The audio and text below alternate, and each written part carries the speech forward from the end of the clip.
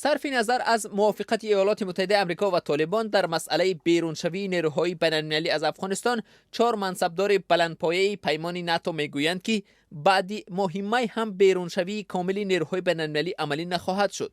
فعلا در افغانستان نزدیک به 10,000 افسر و سرباز ناتو مستقر می باشند. یک مقامدار ناتو به خبرنگار رایترز گفت که شرایط برای خروج نیروها از افغانستان فراهم آورده نشده است.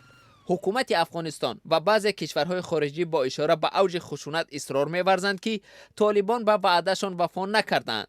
بر علاوه آنها طالبان را با ادامه روابط با سازمان تروریستی القاعده متهم می‌کنند. منصبداران ناتو از احتمال دور نمی‌دانند که موقع‌گیری قصر سفید در مسئله افغانستان بازبینی خواهد شد. سال گذشته ایالات متحده آمریکا با طالبان به سازش امضا گذاشتند که بر پایه آن طالبان آشوبگر کفالت امنیتی داده، بر عوض نیروهای بین‌المللی میبایست از افغانستان خارج شوند. در بررسی و امضای آن سازش حکومت افغانستان اشتراک نداشت. بعداً مذاکرات کابل با طالبان با بنبست مواجه شد. ماه روان رهبران پیمان ناتو تمدید احتمالی حضور نیروهایشان در افغانستان را ارزیابی میکنند.